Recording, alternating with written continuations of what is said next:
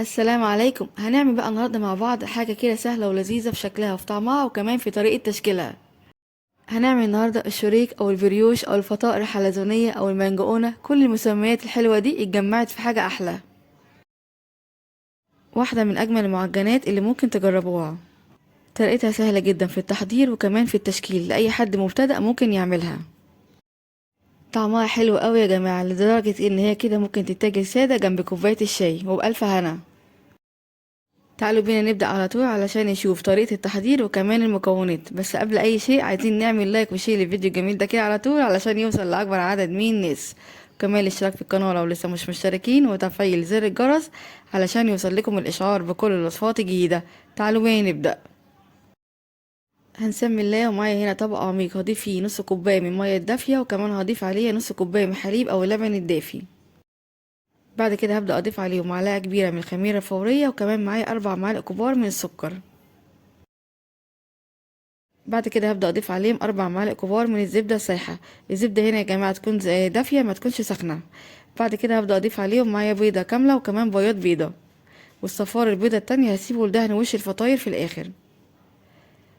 هجيب بقى كده المضرب وهبدأ بقى أقلب المكونات دي كده كويس جدا لحد ما يندمجوا مع بعض، أو بمعنى أصح لحد السكر والخميرة ما يدوبوا معايا تماما.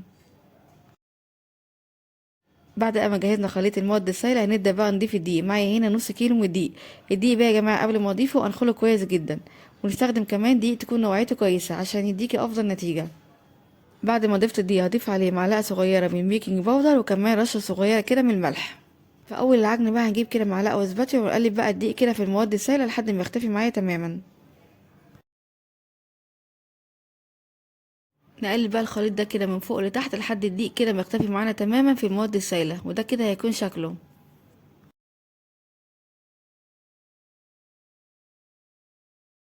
بعد ما نوصل للمرحلة دي هنستغنى كده عن السباتشا او المعلقة ونبدأ نعجن كده بايدينا علشان نتحكم في قوام العجينة بتاعتنا كويس جدا.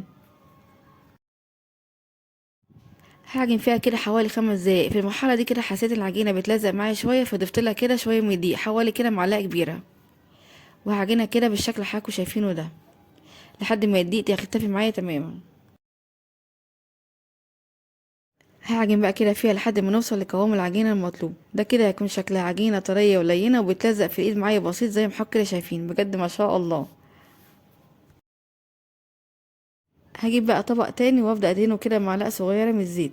الزيت هنا يا جماعه بيساعد ان العجينه ما تلزقش معانا وكمان تكتمل معانا بسرعه او حجمها يتضاعف. هدهن بقى الطبق بتاعي كويس جدا بالزيت، وكمان هندهن وش العجينه بتاعتنا كويس جدا قبل ما نبدا نغطيها زي ما حضراتكم شايفين كده معايا.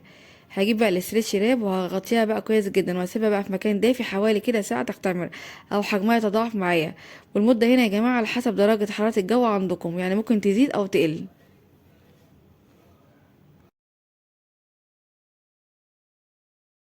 وده كده هيكون شكل العجينة معايا بعد ما اختمرت وحجمها تضاعف بالشكل ده، بجد ما شاء الله عجينة ملمسها ناعم جدا. افرغها بقى من الهوا زي ما حضرتك كده شايفين، وهحطها بقى على رخامة او سطح العمل علشان نبدأ نقطعها او نكورها كده كور صغيرة.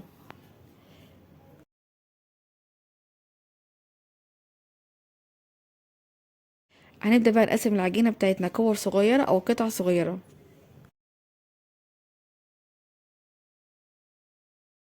هنا يا جماعة تقدروا تعملوا اللي انتوا عايزينه، يعني ممكن تكبروا عن كده او تصغروا عن كده. انا عملت حجم القطعة او حجم الكورة حوالي كده 75 جرام، يعني لو عندك ميزان تقدري توزنيها. هبدأ بقى اشكل او اقطع كل العجينة اللي معايا بنفس الطريقة، ونحاول كده يا جماعة نعملهم كلهم كده مقاس واحد.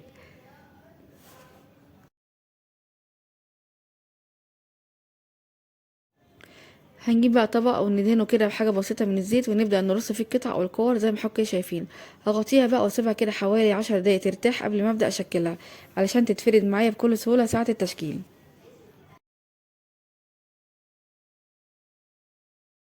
بعد ما سبتهم بقى يرتاحوا على رخامة كده حوالي 10 دقايق، هاخد قطعة وابدأ افردها بايدي بشكل بسيط زي ما حضراتكم شايفينها معايا. بعد كده هنلفها رول زي ما حضراتكم شايفينها معايا، وهلفها كده لفتين 3 على الرخامة. هسيبها بقى ترتاح واعمل واحدة تانية بنفس الطريقة. هناخد بقى قطعة تانية من العجين ونفردها بايدينا بسيط بالشكل ده على الرخامة، وبعد كده هنلفها رول ونقفلها كويس جدا ونسيبها برضه ترتاح، ونعمل واحدة كمان. يعني ممكن نعمل 3 قطع ونجهزهم كده جنبنا، وبعد كده نبدأ نشكلهم. بس في المرحلة دي بقى يا جماعة لازم تكون ايدينا سريعة بس شوية علشان العجين ما ينشفش مننا، ولو حصل ان هو هيبدأ ينشف منك ممكن تغطيهم. وبس كده، بعد ما شكلتهم بقى التلاتة بنفس الطريقة، هنجيب اول واحدة بدأنا بيها ونبدأ نفردها زي ما حضرتك شايفين. هبدأ ابرمها كده بايدي. اهم حاجة كده البرمة تكون من جوه لبره علشان كلها تطلع معاك مستوى واحد.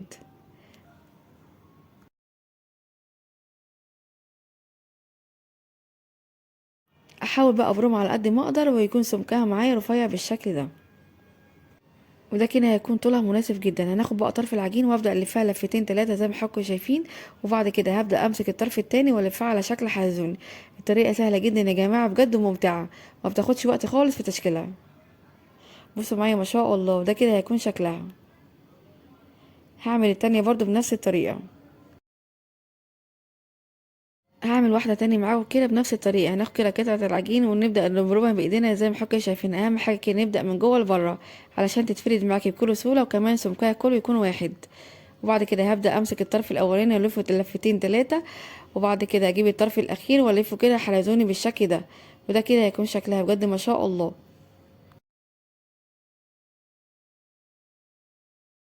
طريقة تشكيلها سهلة وسريعة، مش بتاخد وقت معاكي خالص، يعني الكمية دي كلها هتخلصيها كده في اقل من 10 دقايق. اهم حاجة بس هنا القفلة يا جماعة، الطرف الاخير ده نقفله كده من تحت العجينة او قطعة البريوش كويس جدا علشان ساعة التسوية ما تفكش منك. هكمل بقى واشكل كل العجينة الموجودة معايا بنفس الطريقة. يكون بقى جنبنا كده صاج او صينيه ندهنه بقى كويس جدا بالسمنه او بالزبده، ونبدا بقى نرص في القطع بعد ما نشكلها. وده كده هيكون شكلها بجد ما شاء الله. اسيب بقى بينهم كده مسافه علشان طبعا هي حجمها يتضاعف معايا بعد التخمير. اغطيها بقى واسيبها كده تختمر حوالي 10 دقايق لحد ما حجمها يتضاعف وتكون معايا بالشكل ده بجد ما شاء الله. معايا بقى هنا صفار بيضة وكمان معلقه صغيره كده من الحليب، هقلبهم مع بعض كويس جدا.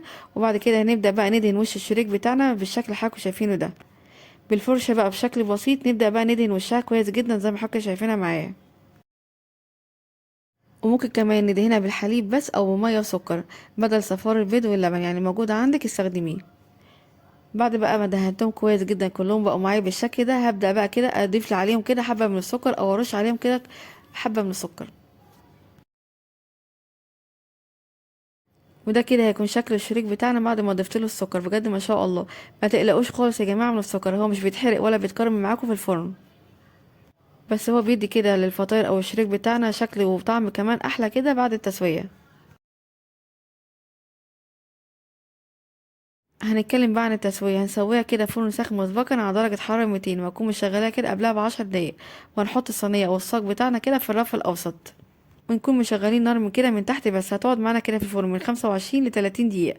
أول بقى ما نلاقي الجوانب بتاعتنا احمرت وبدأت تاخد لون، هنطفي النار من تحت ونشغل كده عليها الشواية حوالي 5 دقايق. بس يا جماعة أول ما نشغل الشواية كده عليها هناخد بالنا منها كويس جدا علشان مش تاخد معاكي لون بزيادة. وبعد كده هنطفي عليها النار ونطلعها تبقى معانا بالجمال ده كله بجد ما شاء الله، واخدة لون ذهبي من تحت وفوق في منتهى الروعة. وممكن كمان أول ما نطلعها من الفرن نبدأ كده ندهنها بالفرشة بسيط كده بالزبدة، بتديها لمعة وكمان طعم حلو جدا. بعد كده أغطيهم بقى واسيبهم كده حوالي 5 دقايق علشان كده تحتفظ بالطراوة بتاعتها. بس بصراحة هي ما كانتش محتاجة خالص، كانت طالعة طرية وهشة وجميلة جدا. ودي كده شكل الصينية التانية بجد ما شاء الله، شكلها أمور قوي. بصوا بقى هنا الجمال، التسوية بتاعتها ممتازة وكمان طرية وهشة خفيفة جدا من جوه، عاملة كده زي القطنة. بصراحة مش قادرة اوصف لكم قد ايه كانت طرية وهشة جدا، وكمان طعمها كان جميل جدا. لازم فعلا تجربوها علشان تحكموا بنفسكم. وبكده نكون عملنا النهاردة مع بعض احلى واجمل شريك سهل ولذيذ خالص وطعمه جميل جدا، احلى وانضف واوفر كمان بكتير من بتاع الافران. لازم تجربوه فعلا يا جماعة في البيت، هيعجبكم جدا. وعلشان بقى وصفة النهاردة بجد تستاهل التجربة، يلا بقى بسرعة جربوها بنفس الطريقة ونفس الخطوات وإن شاء الله يعجبكم. هسيب ليكم مقادير الوصفة كلها مكتوبة في الوصف تحت الفيديو، وبالهنا والشفا مقدمة لكل اللي هيجربها. وبكده أكون خلصت فيديو النهاردة معاكم. أتمنى بجد فيديو النهاردة وصفة النهاردة تكون عجبتكم واستفدتوا منها. لو عجبكم بقى فيديو النهارده وصفة النهارده، ما تنسوش بقى تعملوا لايك وشير للفيديو الجميل ده كده على طول علشان يوصل لأكبر عدد من الناس، وكمان الاشتراك في القناة لو لسه مش مشتركين، وتفعيل زر الجرس علشان يوصل لكم الإشعار بكل الوصفات الجديدة. أشوفكم على خير إن شاء الله في فيديو جديد. مع السلامة.